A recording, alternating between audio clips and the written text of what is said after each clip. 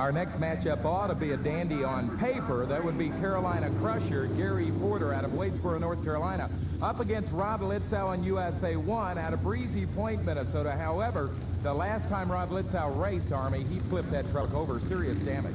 You know, we noticed when he and his mechanic, Steve Wilke, came in, they had what we used to call in Vietnam a 1,000-meter look. That's a look of intensity that's just hard to explain, and you don't mess with a guy that has that look on his face because they're serious. Well, earlier this afternoon, we spent some time with Steve Wilke, the crew chief for USA-1, talking to him about putting this truck all back together. The last time we had an opportunity to see USA-1, he was in kind of a strange position. He was upside down. Rod Litzau was driving the truck at that time. Then the man standing to my right took over. Steve Wilke, the crew chief for USA-1, this is when you earn your pay. Can you tell us what exactly you've been doing in order to get this truck back in competition? Well, when we rolled it over, it took the Predator carburetors off this time, Army. The other times we'd been upside down, it didn't hurt the motor. And so we've had to go back to the boss in Minneapolis, and he's had to call the 1-800 Predator there and get us a set of carburetors sent out to us.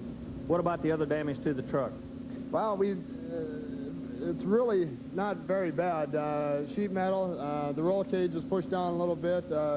The batteries got thrown around in the back, but it really is pretty minor. The frame is okay, the drive system's fine. Steve, why is it so important that you get back in tonight's race? Well, the thing is the national points.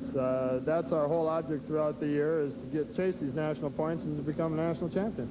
It's my job to keep the truck underneath Rod, and it's Rod's job to win the national title. I'm kind of behind the scenes, but if I don't do my job, Rod can't get his done. Now, looking at the damage on USA-1, I say let's go ahead and give the win to Carolina Crusher, Army. Well, I'll tell you, they're not going to roll over and die for anybody. And somebody that Steve didn't mention in that, there's a lot of guys, about 5 guys back in the shop that do a tremendous amount of work on that truck, too. But Steve and Rod are the ones that go on the road with it, and they do an awfully good job. Points leader in the far lane. Points chaser in the near lane. Look at this. Look at this, Richard. Wow.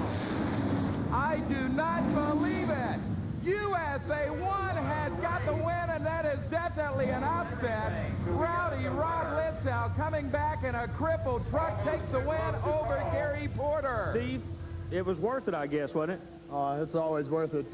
We do it for the fun, True Value, and Chevrolet, and the fans over here. I'll tell you what, we worked all day, and this is the man here. Rod, everybody's looking at you now. He had to get you back in the race. He did his job. It's up to you. And you're getting quicker. Is that because you got confidence back in the truck? Well, my first run there at qualifying, I was just trying to feel the truck out, but now I know what the truck is going to do, and I know what I can do out here, so it's going to get faster and faster. Steve does good back there. I said, I'll get my body together, you get my truck together, I'll go out and do my job. He did his, and now I'm out here doing it. Well, the quiet air of confidence surrounding Rod Litzau and USA-1. Will he win it all? We'll find